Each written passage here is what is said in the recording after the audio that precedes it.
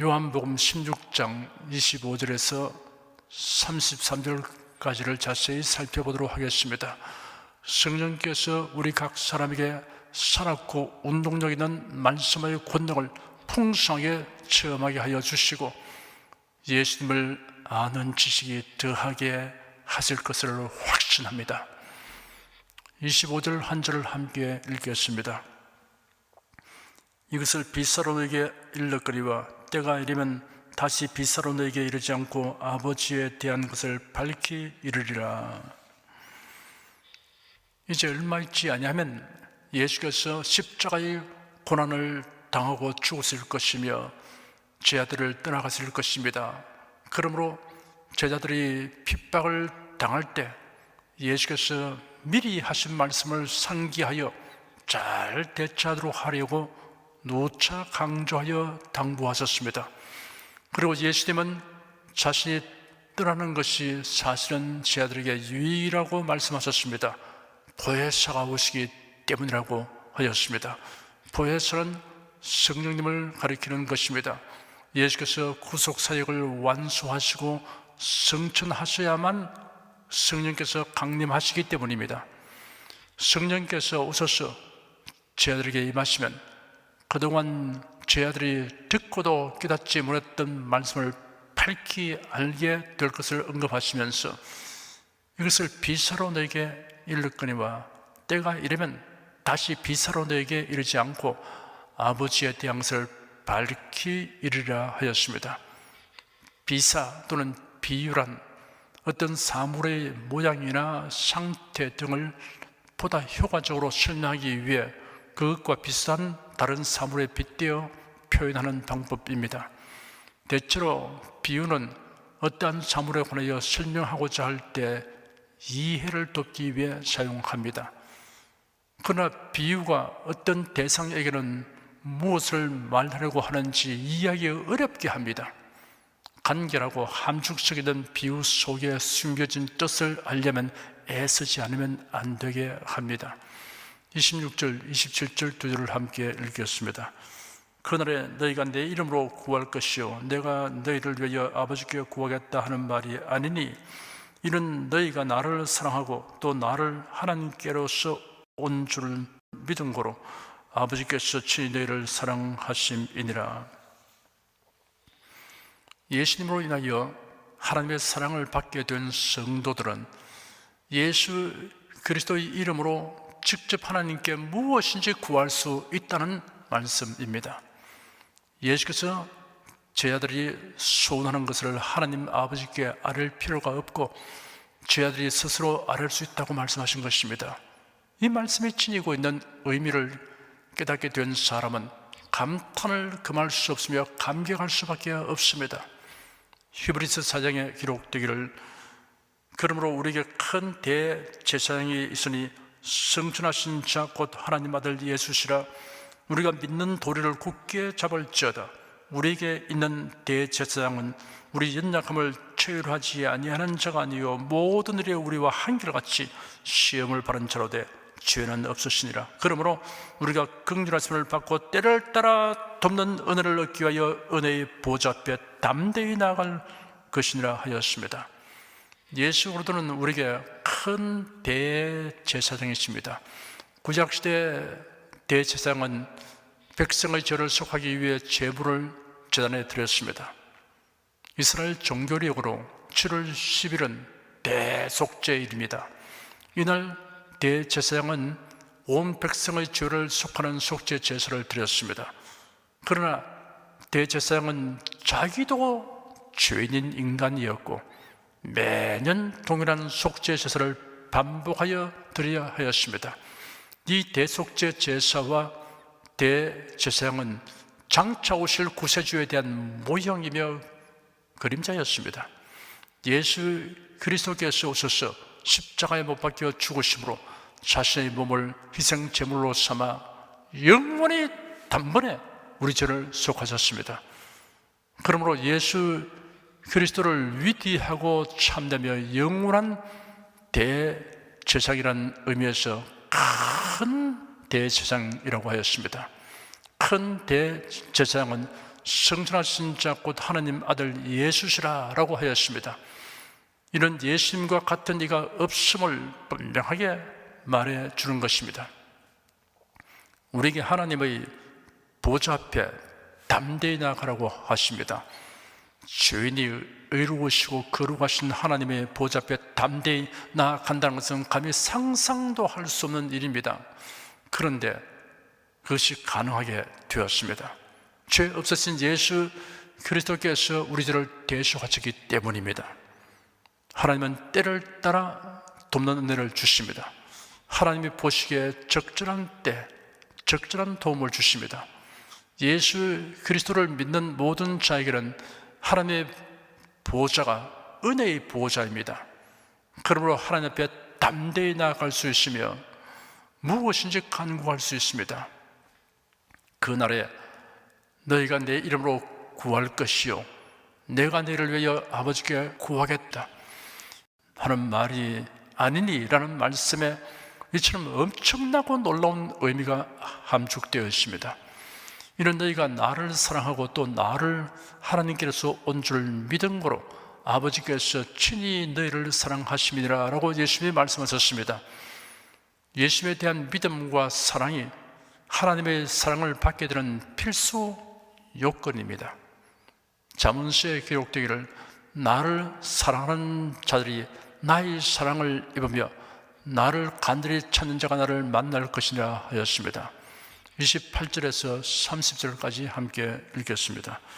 내가 아버지께로 나와서 세상에 왔고 다시 세상을 떠나 아버지께로 가노라 하시니 제 아들이 말하되 지금은 밝히 말씀하시고 아무 비사도 하지 아니하시니 우리가 지금에야 주께서 모든 것을 아시고 또 사람의 물음을 기다리시지 않은 줄 아나이다.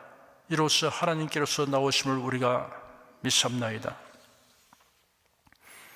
예수께서 자신이 아버지께로부터 나와서 세상에 왔고 다시 세상을 떠나 아버지께로 가신다고 하셨습니다. 그제야 제 아들이 말하기를 보소서 주께서 지금은 명백히 말씀하시고 비유로 말씀하지 않으시니 따로 여쭤볼 필요도 없게 되었습니다. 이제 우리는 주님께서 모든 것을 다 알고 계신다는 것을 깨달았습니다. 그래서 우리는 주님께서 하나님께로부터 오신 것을 믿습니다 하였습니다. 제 아들은 비로소 예수께서 하시는 말씀을 이해하게 되었습니다. 물론 아직 완전한 것은 아닙니다. 31절 한 절을 함께 읽겠습니다. 예수께서 대답하시되 이제는 너희가 믿느냐? 예수의 제자들은 지난 3년여 동안 예수를 따라다니며 예수께서 행하시는 표적을 보았고 하시는 말씀을 들었지만 온전한 믿음에 이르지는 못하였습니다. 아직도 완전치는 못하지만 지금은 예수에 대한 그들의 인식과 믿음이 한결 더 깊어졌습니다. 성도들의 예수님에 대한 믿음과 인식은 처음부터 완전하게 시작되지는 않습니다. 믿음과 지식의 상태를 살펴보면 대략 5 종류가 있습니다. 급속히 발전하는 성도가 있습니다. 서서히 지속적으로 발전하는 성도가 있습니다. 제자리에 머물러 있는 성도가 있습니다. 오히려 퇴보하는 성도가 있습니다. 믿음을 완전히 상실해버리는 사람이 있습니다. 성도 여러분은 신령한 믿음과 지식이 지속적으로 혹은 급속하게 발전하기를 축복합니다. 32절 한 절을 함께 읽겠습니다. 보라 너희가 다 각각 제 곳으로 흩어지고 나를 혼자 둘 때가 오나니 벌써 왔도다. 그러나 내가 혼자 있는 것이 아니라 아버지께서 나와 함께 계시느니라. 예수님은 자신이 십자가에 못 박혔을 때가 임박한 것을 다 아셨습니다. 예수님을 체포하려는 자들이 가까이 오고 있음을 알고 계셨습니다. 예수께서 체포되어 갔을 때 제 아들이 어떤 행동을 취할 것인가 하는 것도 예수께서 다 알고 계셨습니다. 그렇기 때문에 너희가 다 각각 제 곳으로 흩어지고 나를 혼자 두고 떠날 때가 온다라고 말씀하셨습니다. 예수님을 사랑하지 않아서 흩어지는 것이 아니라 사랑을 행동으로 증명할 능력이 없었습니다. 말만으로의 사랑의 고백을 하는 것은 쉽습니다. 그러나 행동으로 보여주는 것은 어렵습니다. 거기는 희생이 따르기 때문입니다. 제 아들이 예수님을 버려두고 다 달아날지라도 예수님은 실망하거나 고독하지 않습니다. 그 이유를 이렇게 말씀하셨습니다. 그러나 내가 혼자 있는 것이 아니라 아버지께서 나와 함께 계시느니라 하셨습니다. 예수님 부활 승천 이후에는 주님께서는 성령으로 우리에게 오셔서 함께 하십니다. 이러한 사실을 바르게 인식하면 고독과 불안과 근심을 능히 극복할 수 있습니다. 33절 한 절을 함께 읽겠습니다. 이것을 너희에게 이름은 너희로 내 안에서 평안을 누리게 하려 함이라. 세상에서는 너희가 환난을 당하나 담대하라. 내가 세상을 이겼노라 하시니라. 예수께서 제 아들에게 앞으로 다가올 일을 미리 다 말씀하셨습니다. 예수께서 당하실 고난을 예고하셨고 제 아들이 어떻게 행동할 것인가를 예고하셨습니다. 예수께서 제 아들에게 이렇게 예고하신 이유는 그런 일이 있은 후에 그들이 낙심하지 말고 평안과 담담을 갖도록 하기 위해서라고 말씀하셨습니다. 세상에서는 너희가 환난을 당하나 담대하라. 내가 세상을 이겨노라는 말씀은 당시 제자들뿐 아니라 모든 성도를 위해 하신 말씀입니다. 신자들 중에는 환난을 당하면 이를 잘 극복하지 못한 채 믿음의 파선을 만나는 사람이 있는가 하면 반면에 환난을 통하여 오히려 믿음이 깊어지고 더 풍성한 은혜를 얻는 사람도 있습니다. 그렇기 때문에 신앙생활에 있어 환난에 대한 올바른 이해와 마음의 자세 그리고 올바른 생활 태도는 매우 중요합니다. 환난에 대한 올바른 이해가 없으면 자신이 환난을 당하거나 또는 다른 사람이 환난 당함을 볼 때 당황하게 되고 회의에 빠지며 혹은 낙심에 처하게 됩니다. 환난을 만나면 매우 이상하게 여기는 사람이 있습니다. 왜 하나님을 믿는 자에게 환난이 다가오는가? 왜 하필이면 나에게 이런 환난이 다가왔는가? 이런 의문을 가지고 슬퍼하고 괴로워합니다. 환난을 만나면 환난을 묵묵히 받아들이고 그 환난을 극복하려고 노력은 하지만 한편으로는 환난 당한 것을 굉장한 수치로 생각하여 혹시 누가 알까 하여 겁내는 사람이 있습니다. 그래야 위축되고 소극적인 신앙생활을 하는 경우가 있습니다. 이러한 태도는 모두 환난에 대한 그릇된 지식과 이해로 인한 것입니다. 성경은 환난과 시험에 대하여 무엇이라고 말씀하고 있습니까? 베드로전서 4장 12절에는 사랑하는 자들아 너희를 시련하려고 오는 불시험을 이상한 일을 당하는 것 같이 이상히 여기지 말라고 하였습니다.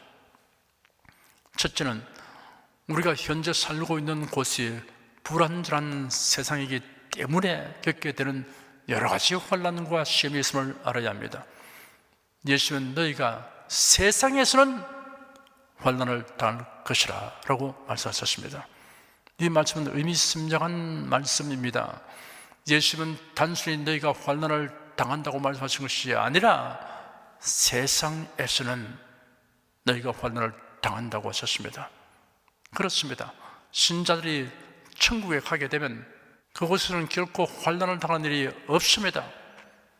천국에는 전쟁도 가난도 질병도 없으며 마귀도 악한 자도 없습니다.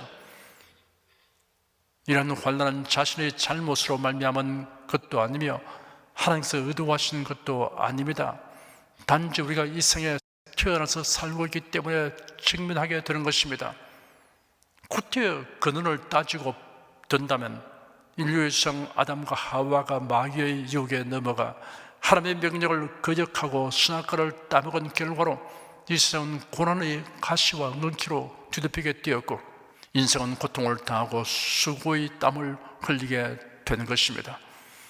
그러므로 이 세상 어느 곳에 가도 완전 무결한 곳은 없습니다. 그리고 우리가 원치 아니하는 환난에 직면하게 됩니다. 유전적이고 선천성인 질병과 장애로 말미암은 환난이 있습니다. 태어난 가정적, 사회적, 시대적 여건으로 말미암은 환난이 있습니다. 전쟁, 천재지변, 사고, 질병, 좌절과 실패로 이런 환난을 당하는 경우가 있습니다. 사탄의 회방과 공격으로 인한 환난이 있습니다.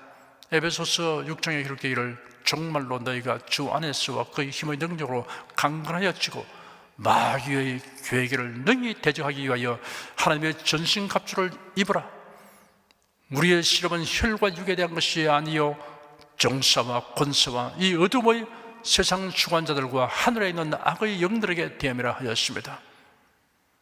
죄악 많고 불안전한 세상에 사는 이상 누구에게나 환난이 있으며 또 언제 어떤 환난에 직면하게 될지 알 수 없는 것입니다. 둘째는 우리가 이 불안전한 세상에 살기 때문에 다가오는 환난을 성경에 합당하게 대처해 나가야 합니다. 이런 환난에 대하여 사람들의 이해와 반응은 매우 다양합니다. 자업자득으로 받아들이는 사람이 있습니다. 힌두교에서는 산스크리트어로서 갈마라는 교리가 있습니다. 갈마는 문자대로 하면 행위라는 말인데 현생은 전생에서 행한 일들로 말미암는다는 뜻을 내포하고 있습니다. 이러한 교리에 비춰볼 때 누구나 지금 당하고 있는 고난은 전생에 저지른 악행 때문이라는 것입니다. 기원전 5세기경부터 전리된 힌두교의 성문화된 율법인 만우법전에서 힌두교는 윤회라는 재생의 굴레에서 벗어날 수 없는 것이 인생임을 가르칩니다. 그래야 현생의 모든 고난을 자업자득으로 감수하려 합니다. 숙명으로 알고 굴종하는 사람이 있습니다. 회교에서는 모든 것을 신의 뜻으로 돌립니다.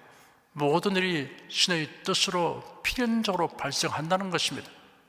알라 카팁, 알라신이 원하셨다 하는 것이 회교의 대답입니다. 회교의 경전인 코란에는 알라가 작정한 것 이외에는 결코 아무 일도 우리에게 발생하지 않는다라고 기록하고 있습니다.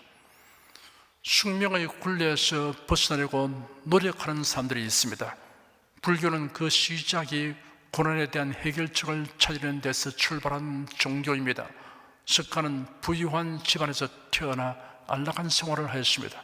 그러던 어느 날 그는 늙은이와 병자와 죽은 시체를 차례로 만나게 되었습니다. 이때부터 생로병사에 대한 구원의 길을 찾기 시작했습니다. 힌두교인으로 태어난 그런 자연적으로 갈마의 법칙을 믿었고 자신도 다른 사람들과 마찬가지로 윤회하는 존재에 불과하다고 생각했습니다.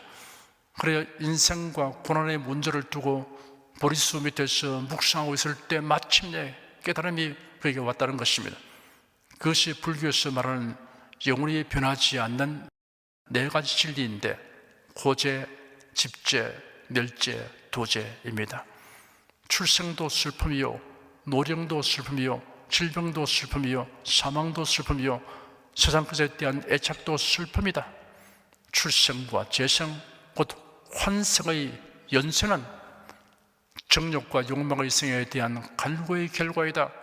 이러한 갈구에 대한 유일한 도피는 욕망의 절멸이다. 이러한 갈구에 대한 유일한 도피로는 다음의 8가지 도를 따르는 것인데 올바른 믿음, 올바른 결심, 올바른 언사, 올바른 행동, 올바른 생활, 올바른 노력, 올바른 생각, 올바른 묵상이다라는 가르침입니다. 불교인에게 열반은 이러한 욕망의 종식을 의미합니다. 열반이란 말은 문자 그대로 촛불을 끄는 것과 같은 끄지다의 뜻입니다. 존재를 없애버림으로써만 욕망이 종식될 수 있으니 욕망은 모든 고난의 근원이기 때문입니다. 누군지 올바른 행위에 대한 8가지 도를 엄격히 따르면 자신의 욕망을 종식시킬 수 있는 가능성이 있다고 가르칩니다. 이것을 자기 멸절에 달해야 한다는 뜻으로 개성이 은빛 바다 속으로 떨어지는 반짝이는 이슬방울처럼 떨어져 죽는 것으로 표현합니다. 쾌락으로 고난을 잊어버리려는 사람들이 있습니다. 향락주의자 에피큐로스입니다. 오늘 먹고 마시고 즐기자, 내일이면 죽어버리는지 누가 알겠는가 라고 말합니다. 재난을 만나서 슬픔에 처한 사람에게 기껏 위로한다는 말이 여보게 한 잔 쭉 들이키게, 그러면 기분이 한결 나아질 걸세 하는 것입니다. 그러나 결과는 목마른 사람이 바닷물을 마신 것처럼 될 것입니다. 고통과 수치와 환멸만 가중될 것입니다.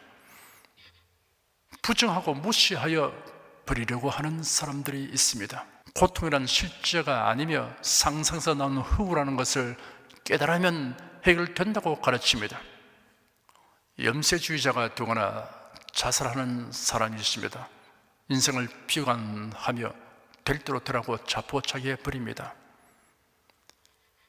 그리스도인은 고난을 성경이 가르치는 대로 이해하고 대처합니다.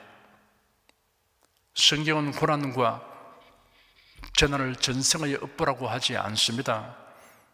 예수께서 길을 가시다가 구걸하는 맹인에게 다가갔습니다. 그 사람은 날 때부터 맹인이었습니다. 제자들이 예수님에게 질문하기를, 라삐님, 이 사람이 맹인으로 태어난 것이 누구의 죄 때문입니까? 이 사람입니까? 아니면 그의 부모입니까? 하였습니다. 제자들은 선천적인 병이나 장애를 모두 죄와 연관시켰으며 그 연주를 부모라고 여긴 당시의 전통적 관념으로 질문하는 것입니다. 예수께서 대답하시기를, 이 사람이라 그 부모의 죄로 인한 것이 아니라 오직 그를 통해 하나님이 하신 일을 나타내려는 것이다 하였습니다. 성경은 모든 고난을 하나님의 뜻이니 굴종하라고 말씀하시지 않습니다. 성경은 고난을 벗어버리기 위해 모든 욕망의 멸절을 추구하라고 하지 않습니다. 성경은 고난을 쾌락으로 잊어버리라고 하지 않습니다. 성경은 고난 자체를 부정하고 무시해버리라고 하지 않습니다. 성경은 고난에 대해 염세주의자가 되라고 하지 않습니다. 성경은 고난에 대한 대응으로 하나님을 믿고 깊이 의지하라고 하였습니다. 예수 그리스도의 하나님을 믿고 의지하는 사람에게 하나님은 고난을 능가하는 위로를 주십니다. 사도 바울은 고린도 후서에 기록하기를, 찬송하리로다 그런 우리 주 예수 그리스도의 하나님이시요 자비의 아버지시요 모든 위로의 하나님이시며 우리의 모든 환난 중에서 우리를 위로하사 우리로 하여금 하나님께 받는 위로로서 모든 환난 중에 있는 자들을 능히 위로하게 하신 이시로다. 내가 너를 향하여 하는 말이 담대한 것도 많고 너를 위하여 자랑하는 것도 많으니 내가 우리의 모든 환난 가운데서도 위로가 가득하고 기쁨이 넘치노다 하였습니다. 하나님을 의지하면 고난을 견뎌 나갈 용기와 힘을 주십니다. 하나님을 의지하면 고난의 문제를 변화시키고 기적적인 해결을 얻게 하여 주십니다. 하나님을 의지하면 고난이 유익이 되게 하여 주십니다. 고난이 어느 정도 고통과 손실을 줄지라도 결국에는 더 큰 유익이 되게 하십니다. 이러한 사실을 증명하고 보장하는 성경 구절들을 낭독해 드리겠습니다. 모든 은혜의 하나님 곧 그리스도 안에서 너희를 부르사 자기의 영원한 영광에 들어가게 하신 이가 잠깐 고난을 받은 너희를 친히 온전케 하시며 굳게 하시며 강하게 하시며 털을 경고케 하시리라. 고난 당하기 전에는 내가 그릇 행하더니 이제는 주의 말씀을 지키나이다. 고난 당하는 것이 내게 유익이라. 이로 인하여 내가 주의 율례를 배우게 되었나이다. 내게 이르시기를 내 은혜가 네게 족하도다. 이런 내 능력이 약한 데서 온전하여 짐이라 하신지라. 이러므로 도리어 크게 기쁨으로 나의 여러 약한 것들에 대하여 자랑하리니 이는 그리스도의 능력으로 내게 머물게 하려 함이라. 그러므로 내가 그리스도를 위하여 약한 것들과 능력과 궁핍과 핍박과 곤란을 기뻐하노니 이는 내가 약할 그때 곧 강함이니라. 다만 이뿐 아니라 우리가 환난 중에도 즐거워하노니 이는 환난은 인내를, 인내는 연단은 소망을 이룬 줄 알미로다. 그리스도를 침대 곁에 모시게 된 것은 감기 때문이었다라고 어떤 분이 간증하였습니다. 하나님을 의지하는 저를 위하여 하나님께서는 부활과 천국이라는 최종적이고 온전한 해결책을 마련해 주셨습니다. 선하시고 사랑이 많으신 하나님께서 나를 결코 떠나지 않으시고 결코 버리지 아니하시는 언약을 굳게 믿는 사람은 문제투성이의 세상, 고난이 가득한 세상, 눈물이 많은 인생을 탄식과 슬픔으로 살지 않습니다. 비록 눈물 골짜기를 지날지라도 주님과 함께 동행하면서 환난을 축복으로, 고난을 영광으로 변화시키며 역경을 딛고 나아갈 디딤돌로 만듭니다. 시편 기자는 이렇게 노래했습니다. 저는 눈물 골짜기로 통행할 때 그곳으로 많은 샘의 곳이 되게 하며 이은 비도 은택을 입히나이다. 저희는 힘을 얻고 더 나아가 시온에서 하나님 앞에 갖기에 나타나리이다. 사랑하는 성도 여러분, 세상에서 사는 동안 여러 가지 환난을 만날지라도 하나님은 여러분의 삶이 허무하게 되고 실패자가 되도록 버려두지 않습니다. 너희가 세상에서는 환난을 당하라, 담대하라, 예수께서 말씀하셨습니다. 환난 때문에 위축되지 말며 절망하지 마십시오. 환난 당하는 것이 수치가 아니라 환난 당하여 의기소침하고 낙심하는 것이 수치스러운 것입니다. 환난 당한 자가 위축이나 낙심치 않도록 서로 도와줘야 합니다. 위로하고 격려하십시오. 기도하여 주십시오. 환난으로 인해 하나님을 떠나 뒤로 물러가는 사람은 들으시도 환난으로 인해 하나님께로부터 버림받는 사람은 한 사람도 없습니다. 그러므로 담대하십시오. 담대하라, 내가 세상을 이겨노라 라고 약속하신 예수 그리스도께서 우리가 환난을 이기게 하여 주시며 주 앞에 서는 날 우리를 위해 예비하신 승리의 멸류관을 주실 것입니다. 우리 모두 그날을 바라보며 담대하게 살아갑시다.